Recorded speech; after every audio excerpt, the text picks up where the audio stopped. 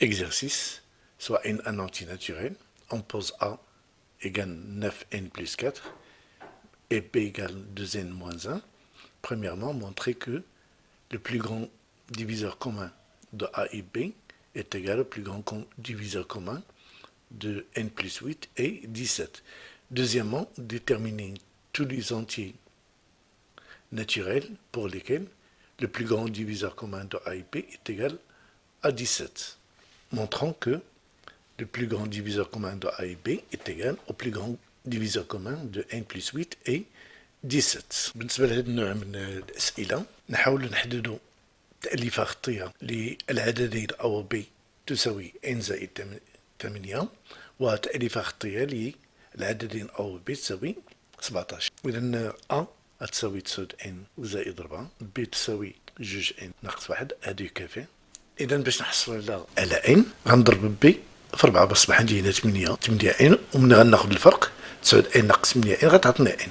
إذا أ تساوي n زائد 4 ثم 4 B تساوي 8n ناقص 4 وهذا يستلزم أن ناخذ الفرق طرف بطرف أ ناقص 4 B تساوي 9n ناقص 8n تعطينا n ثم 4 ناقص 4 تساوي 8. بالنسبة ل 17 أ تساوي 9n زائد 4 و B تساوي 2n ناقص 1 هذا يكافي. باش نحصلوا على تأليفة خطية للعددين أ و B تساوي 17 تيلزمنا هنا نقسو العدد n باش يمكننا نقسو n. في المتساوية الأولى غنضرب الطرفين في 2 بصح عندي 2 أ تساوي 18n زائد 8. في المتساوية الثانية غنضرب B في 9 بصح عندي 9 B تساوي 18n ناقص 1 يعني باش في كلتا الحالتين كاين المعامل ديال n أو معاملي n متساويين.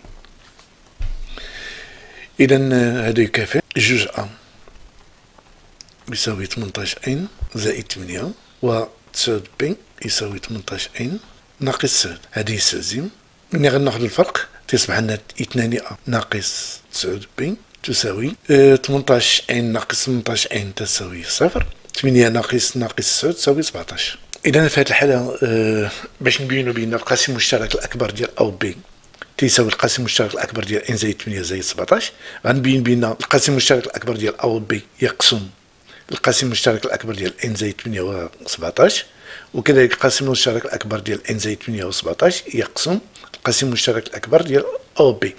لأن إذا كان أ يقسم B و B يقسم أ هذا يستلزم أن القيمة المطلقة ل أ تساوي القيمة المطلقة ل B. وإذا كان أ و B موجبين فهذا يعني أن أ يساوي B. دونك نضع د يساوي القاسم المشترك الأكبر ل أ و B. هذا يستلزم أن د يقسم أ و د يقسم B. هذا يستلزم أن د يقسم أ ناقص 4 B. لأن إذا كان د يقسم أ ويقسم B فإن د يقسم جميع التأليفات الخطية للعددين أ و B.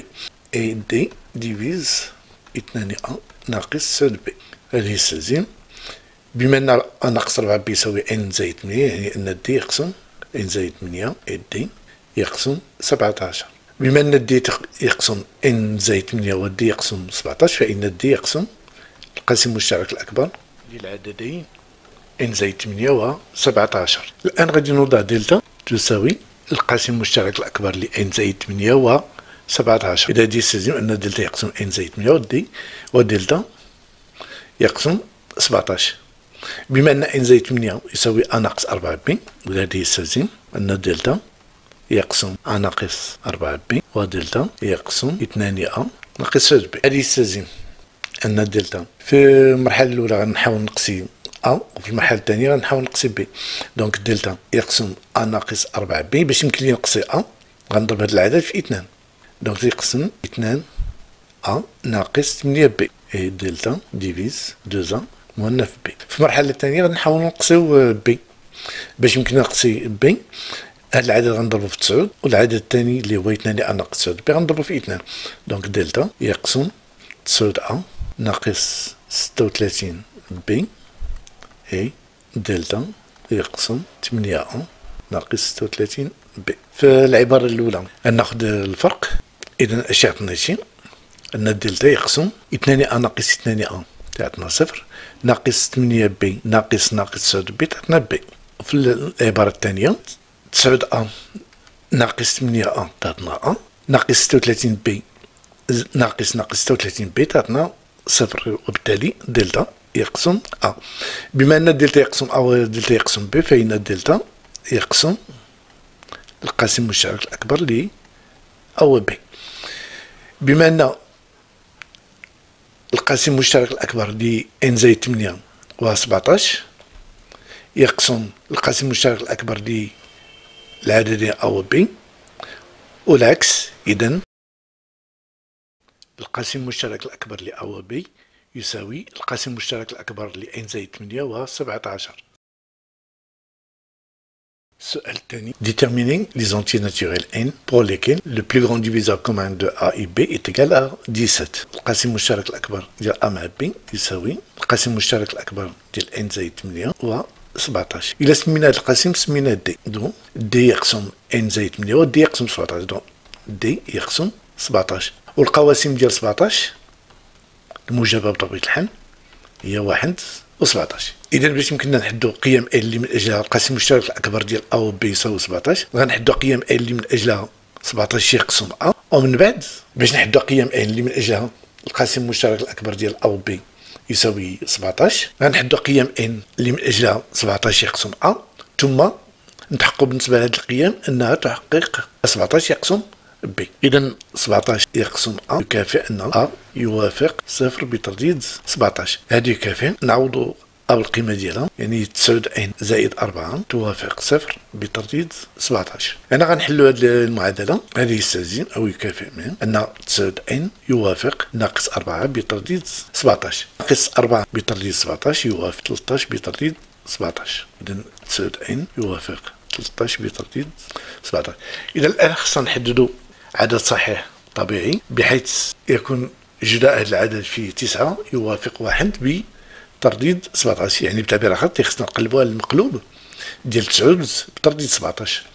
إذا إلا لاحظتوا هنا بين 2 في 9 تعطينا 18 و 18 يوافق 1 بترديد 17. إذا هذا يستلزم أن 18 يوافق 26 بترديد n.